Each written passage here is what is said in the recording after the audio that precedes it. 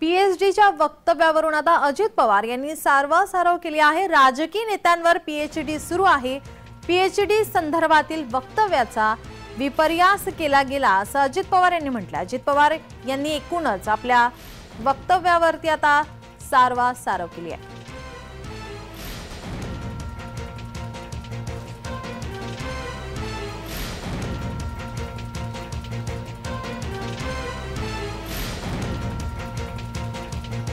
PhD करून काय दिवे लावणार असं वक्तव्य अजित पवार यांचं होतं आणि त्यावर आता अजित पवारांची सारवासारव।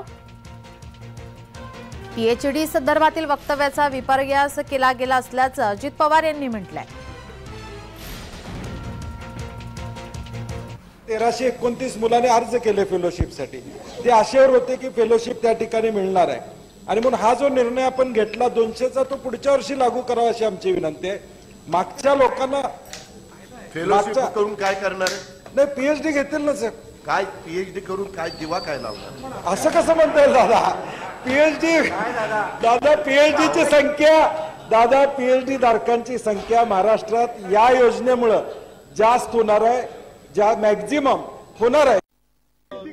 पीएचडी वाल्याच्या बद्दल मी जी काही भूमिका तिथं मांडत होतो त्या भूमिकेचा विपर्यास करण्यात आलेला आहे। काल रात्रीच मी प्रेस नोट त्याच्याबद्दल काढलेली आहे, मी ट्विट त्याच्याबद्दल केलेलं आहे।